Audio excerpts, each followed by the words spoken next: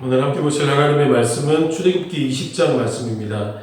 봉독은 20장 20절만 봉독합니다. 모세가 백성에게 이르되 두려워하지 말라. 하나님이 임하심은 너희를 시험하고 너희로 경외하여 범죄하지 않게 하려 하심이니라. 아멘.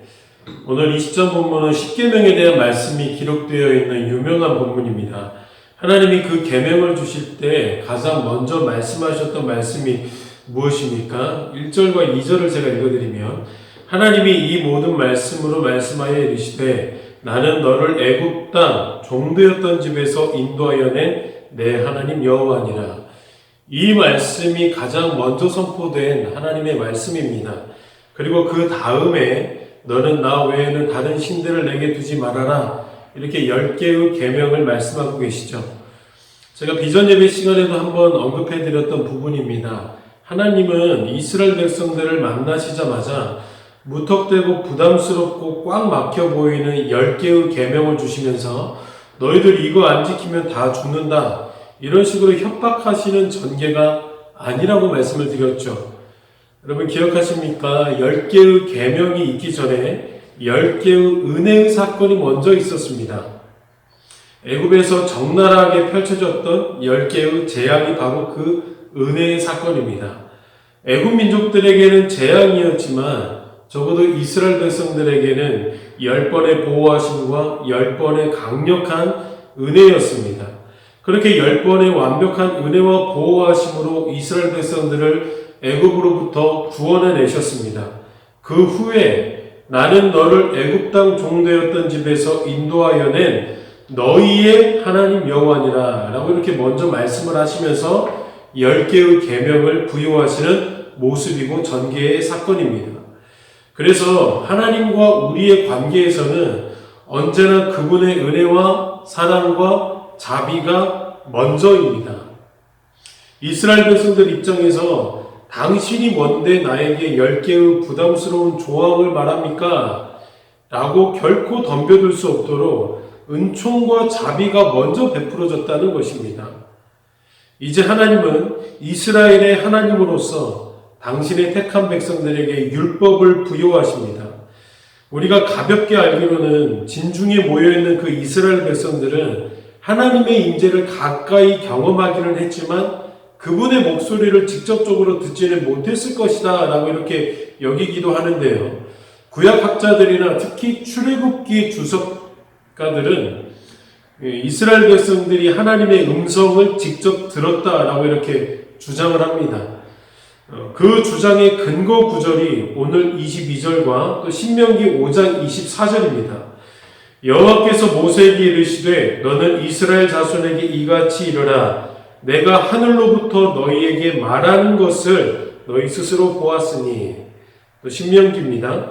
말하되 우리 하나님 여호와께서 그의 영광과 위엄을 우리에게 보이시매 불 가운데에서 나오는 음성을 우리가 들었고 하나님이 사람과 말씀하시되 그 사람이 생존하는 것을 오늘 우리가 보았나이다.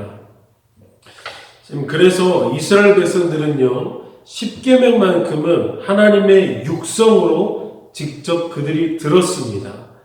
그래서 이스라엘 백성들에게 본능적으로 나타났던 반응이 무엇입니까? 19절입니다. 모세에게 이르되 당신이 우리에게 말씀하소서 우리가 들으리이다. 하나님이 우리에게 말씀하시지 말게 하소서 우리가 죽을까 하나이다. 하나님의 그 육성의 목소리와 그 말씀들을 들으니까 죄인된 이스라엘 백성들에게 본능적으로 나타났던 반응이 바로 두려움이었습니다. 더 이상 그 하나님의 목소리를 듣고 있을 수 없을 만큼 막강한 두려움이 찾아온 것입니다. 여러분 근데 오늘 본문은 아이러니하게도 그 두려움에 떨고 있는 이스라엘 백성들에게 모세를 통해서 독특한 내용이 주문됩니다. 오늘 20절 말씀입니다. 모세가 백성에게 이르되 두려워하지 말라. 하나님이 임하심은 너희를 시험하고 너희로 경외하여 범죄하지 않게 하려 하심이니라. 모세가 하나님의 음성으로 인해서 두려워하고 있는 그 이스라엘 백성들에게 와서 백성들아 두려워하지 말아라 라고 이렇게 말을 하는데 곧장 이어서 두려워하라 마라라는 식의 말을 또 합니다. 20절 중반부를 보시면은요, 경외라는 단어가 있는데 이 경외가 바로 두려움이라는 단어입니다. 그래서 지금 20절 말씀을 정확하게 한번 해석하면 이런 문장으로 번역될 수가 있는 겁니다. 모세가 이제 백성에게 말합니다. 두려워하지 말아라. 하나님이 임하심은 너희를 시험하고 너희로 두려워하게 하여 범죄하지 않게 하려 하심이니라. 여러분 지금 이 문장이 이해가 되십니까? 두려워하지 말아라. 그리고 두려워하라고 이렇게 이중적으로 말씀하고 있다는 겁니다. 한편에서는 두려워하지 말아라라고 말하고 있는데 이어서는 두려워해라라고 말하고 있다는 겁니다. 여러분 그러면 앞에서 두려워하지 말아라라는 말의 뜻은 무엇이고 이어서 찾아오는 두려워하라라는 이 말의 뜻은 무엇일까요? 간단합니다. 앞에서 두려워하지 말라라는 이 의미는 하나님과의 관계적인 측면에서 말하고 있는 내용입니다. 하나님은 이방신들과 이방 사람들 사이에서나 찾아볼 수 있는 두려움에 기인되어 있는 관계로 소개되고 있지 않다는 겁니다. 모세는 이스라엘 백성들에게 이렇게 이야기하는 거예요. 이스라엘 백성들이요, 하나님은 여러분이 하나님 앞에서 벌벌 떨고 있기를 원하고 있지 않습니다. 그분은 우리의 아버지가 되시는 하나님입니다. 그러니까 두려워하지 마십시오. 이런 측면으로 두려워하지 말아라 라고 권면하고 있다는 겁니다. 그러면 지금 이어서 나오는 두 번째, 두려워하라 라는 의미는 어떤 의미와 어떤 차원에서 말하는 것일까요? 오늘 본문에 그 답이 정확하게 나와 있습니다. 20절 후반부를 보니까요, 너희로 경외하여 범죄하지 않게 하려 하심이니라. 범죄하지 않게 하려 하심이니라. 뒤에 나오는 두려워하라 라는 말이 가지고 있는 진정한 의미는 죄 앞에서만큼은 두려워하라 라는 요청입니다. 죄 앞에서만큼은 인간이 가질 수 있는 최대한의 두려움을 가지고 살아라 라는 말이 되는 것입니다.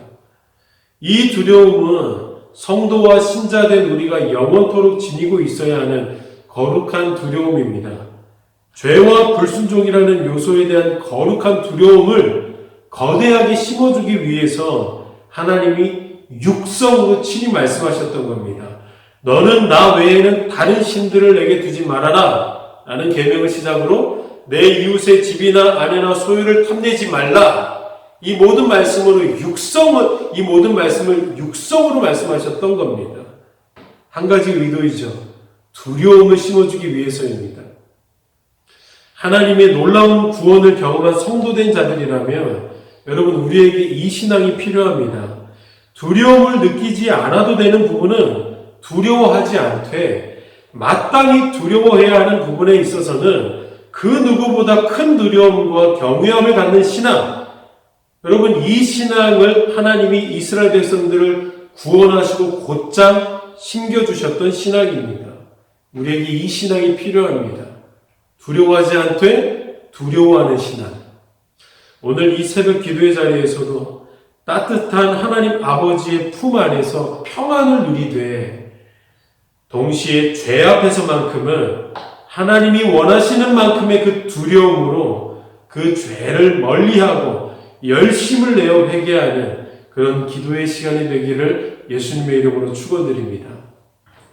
존귀하신 아버지 하나님, 오늘도 마땅히 두려워할 것을 두려워하되 하나님 안에서는 참된 평안을 누릴 수 있는 그런 귀한 은혜를 허락하여 주시옵소서.